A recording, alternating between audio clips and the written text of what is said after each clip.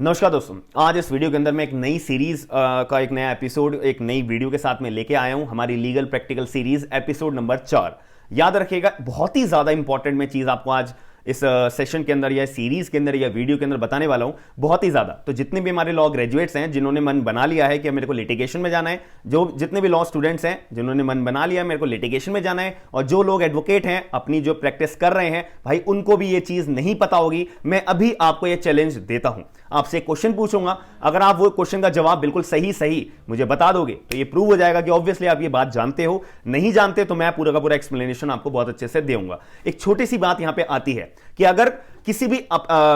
Accused person को, मतलब कि एक तरीके से पुलिस के पास एफआईआर दर्ज हुई है, पुलिस ने जब एफआईआर दर्ज करी है, अब व्हाटएवर द ऑफेंस हो सकता है भाई, रेप का ऑफेंस हो सकता है, मर्डर का ऑफेंस हो सकता है, चोरी का ऑफेंस हो सकता है, छोटे से छोटा ऑफेंस के ऊपर एफआईआर दर्ज हुई होगी या बड़े से बड़े ऑफेंस के ऊपर एफआईआर दर्ज हुई होगी। बट यहां पे एक छोटा सा मेन क्वेश्चन यह आता है भाई, जो अपराधी होगा, जिस व्यक्ति को पुलिस ने अरेस्ट करके जेल में बंद करा हुआ है, मैजिस्ट्रेट के सामने उसका केस चल रहा है वगैरह वगैरह, अब ये जो एक्यूज पर्सन है यार, ये अपनी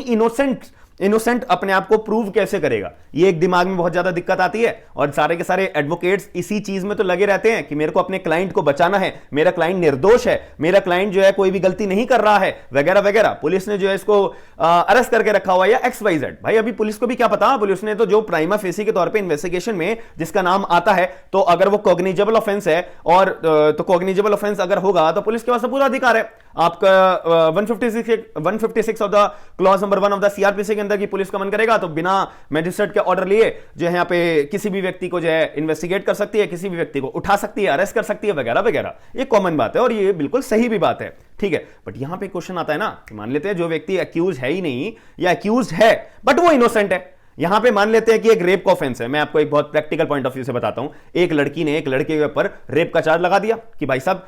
जज साहब या पुलिस ऑफिसर, इस एक्स नाम के लड़के ने मेरे साथ रेप का ऑफेंस कमिट करा है। बट एक्चुअली देखा जाए तो यहां पे लड़की तो झूठ बोल रही है। मैं अगर प्रैक्टिकल बात करूं, बिल्कुल सच्चाई बिल्कुल वाली बात करूं कि लड़के और लड़की की दोनों की अपनी कंसेंट थी, अपना कंसेंट के साथ उन्होंने अपना सेक्सुअल एक्टिविटीज में इन्वॉल्व हुए हैं, लेकिन यहां पे लड़की ने जो है झूठा जो है केस दर्ज करा दिया कि इसने तो मेरा रेप का ऑफेंस करा है। रेप का ऑफेंस कब बनता है? जब यहां पे लड़की की कंसेंट नहीं होगी, क्लियर बात है, जब भी तो यहां पे रेप का ऑफेंस बनेगा। लेकिन एफआईआर दर्ज करा दी गई है लड़की के द्वारा कि भाई साहब, जैसा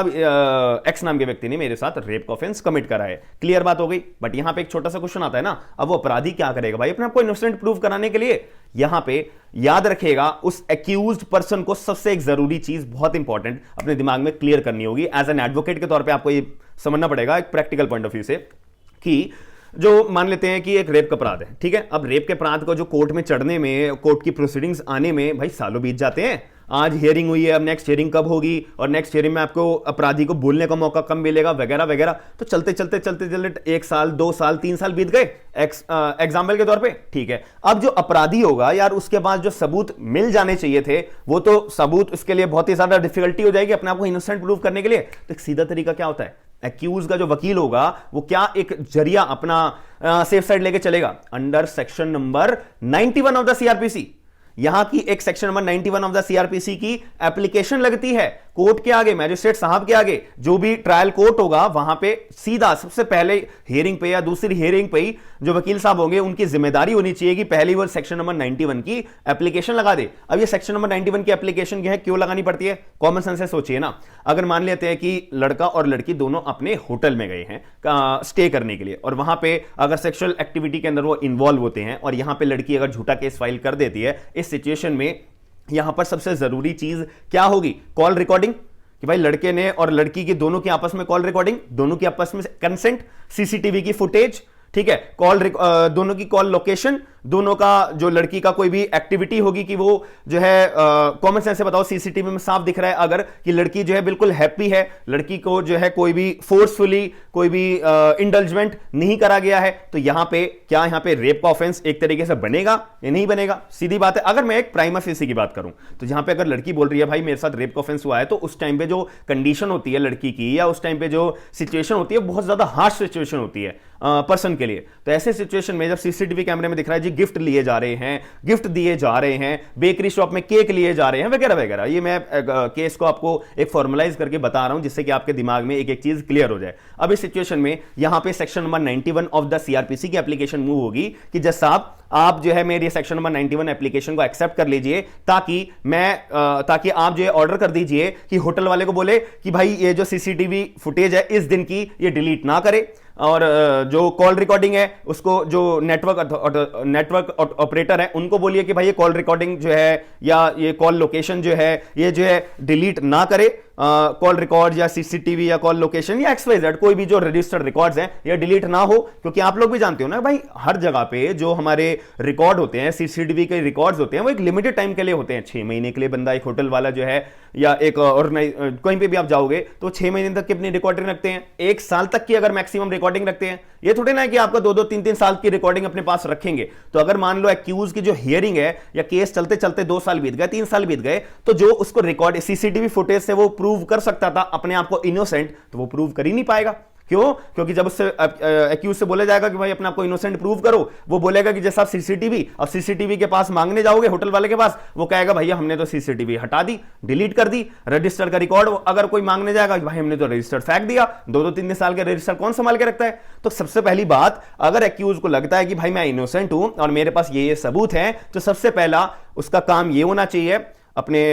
जो वकील होगा ना उसका, सबसे पहले उसके वकील का काम यह होना चाहिए कि सबसे पहले कोर्ट में section number 91 of the CrPC की एप्लीकेशन लगाए, और एप्लीकेशन लगाने के बाद यहां पे जज साहब को बोल दे कि जज साहब ये रिकॉर्ड ना आप ऑर्डर करिए, कॉम्पिटेंट जो लोग हैं कि वो जो है कोर्ट में आए और ये रिकॉर्ड को सबमिट करके आप अपनी सेफ्टी कस्टडी में ले लो, कि आगे अगर हमें इन रिकॉर्ड की जरूरत पड़ेगी ना अपने आप को इनोसेंट प्रूव कराने के लिए, भले ही 2 साल बीत जाए, 3 साल बीत जाए हमारी प्रोसीडिंग्स को, तो हमारे को इनोसेंट प्रूव करने के लिए भाई हम अपने पास ये रिकॉर्ड तो मेंटेन करके रखें, ताकि हमारे को किसी के आगे हाथ ना फैलाना पड़े कि भाई हमारे को रिकॉर्डिंग दे दो, हमारे से तो डिलीट हो गई है वगैरह वगैरह, कोई ये बात बोल ना पाए। क्लियर बात हो गई। सबसे इंपॉर्टेंट बात है जो बहुत ही ज्यादा कम लोगों को ये बात पता होती है कि मतलब ये जो एक सेक्शन नंबर 91 की एप्लीकेशन है ना, ये इसलिए रखी जाती है कि for further preference to prove the innocence of the accuse person, कि अगर कोई भी छोटा केस दर्ज होता है तो यहां पे वो इनोसेंट अपना मैं हूं, वो अपने आप को बहुत इजीली इन जरिए से प्रूव कर सकता है। तो आई होप ये जो section 191 of application of the code of criminal procedure 1973 की आपको शायद नहीं पता होगी। कितने लोग, आप लोग सच्चाई से बिल्कुल बताइएगा कमेंट बॉक्स के अंदर कि आप लोग ये बात के बारे में जानते थे या नहीं जानते थे। और ये actually practical point of view से अगर मैं बात करूं, भाई बहुत सारे वकीलों को तो पता ही नहीं होता कि यार हम सेक्शन नंबर 91 की एप्लीकेशन इस चीज के लिए भी फाइल कर सकते हैं, इस चीज का असिस्टेंस के लिए भी फाइल कर सकते हैं। और यहां पे कोई बाउंडेशन नहीं है कि यहां पे एक्यूज पर्सन ही जो है एप्लीकेशन को फाइल करेगा या विक्टिम पर्सन ही अपनी एप्लीकेशन को फाइल करेगा, कोई भी कर सकता है अपने आप को इनोसेंट प्रूव करने के लिए, अपना केस को स्ट्रांग बनाने के लिए। क्योंकि मेरे पास ना कमेंट्स भी आए थे कि सर आप जो है ना जो जानकारी देते हो लीगल प्रैक्टिकल सीरीज के एपिसोड्स के अंदर वीडियो प्रोवाइड करा के भाई बहुत बढ़िया होती है, बट थोड़ा सा कभी कभी एक प्रैक्टिकल केस को हम कैसे टैकल करें इसके बारे में भी आप अपने प्रोविजन का इस्तेमाल करके इसके बारे में भी थोड़ा सा जानकारी दे दिया करिए। तो इसके लिए मैंने फिर आपके लिए वीडियो प्रोवाइड कराई है, यानी कि प्रैक्टिकल सीरीज के जो हमारा एपिसोड है उसको मैंने आगे कैरी फॉरवर्ड करते हुए प्रैक्टिकल क्वेश्चन भी लेके आया हूं। अगर आपको वीडियो पसंद आई है ना, प्लीज आप अपना जो है कमेंट बॉक्स के अंदर पॉइंट ऑफ व्यू जरूर बताइएगा। साथ ही में आप इस वीडियो को नया शेयर जरूर कर दिया करो, इस सीरीज को शेयर बहुत ज्यादा कर दिया करो, तो कि मेरे पास ना मोटिवेशन आए कि मैं और ऐसी आपके लिए सीरीज बनाता रहूं और आपको भी अपना जो प्रैक्टिकल पॉइंट ऑफ व्यू से आपको जो चीजें इंटर्नशिप के तौर पे सिखानी चाहिए एक सीनियर एडवोकेट को, जो नहीं सिखाई जाती, भाई आपकी सच्चाई मैं भी जानता हूं, मैं भी उस फेज से गुजरा हूं, इस वजह से आपको वो ड्रॉबैक ना देखने को मिले। क्योंकि अब जितना ज्यादा हमारा टाइम बढ़ रहा है उतना ज्यादा हमारे को ट्रेंड भी बढ़ाना पड़ेगा, ट्रेंड बढ़ाते हुए हमारे को एक परफेक्ट लॉयर बनना पड़ेगा, ताकि हम किसी के आगे भी बिल्कुल चैलेंज करके, कोई सीनियर वकील क्यों ना खड़ा हो, हम आर्ग्यूमेंट कर पाए, क्योंकि हमारे को भी नॉलेज है भाई, हम भी पढ़ाई लिखाई करके आए हैं। ऐसा कॉन्फिडेंस आपके अंदर आना चाहिए। और मैं ये जो बच्चा या जो भी कैंडिडेट मेरी वीडियो देख रहा है, मैं ये उसके मन में ये ला के रहूंगा, बट आपको बस मेरे को फॉलो जरूर करना है, मतलब मेरे साथ थोड़ा कंसिस्टेंसी मेंटेन जरूर करनी है। बस मैं इतना ही बोलना चाहता हूं। तो आपको अगर वीडियो पसंद आई है तो आपको पता है क्या करना है, वीडियो को शेयर, लाइक एंड चैनल को सब्सक्राइब जरूर करना है। और कोई भी डाउट हो, कोई भी आपके मन में जो भी कोई पॉइंट हो, कमेंट बॉक्स के अंदर जरूर बताएगा। हम मिलते हैं नेक्स्ट वीडियो के अंदर। थैंक यू, धन्यवाद।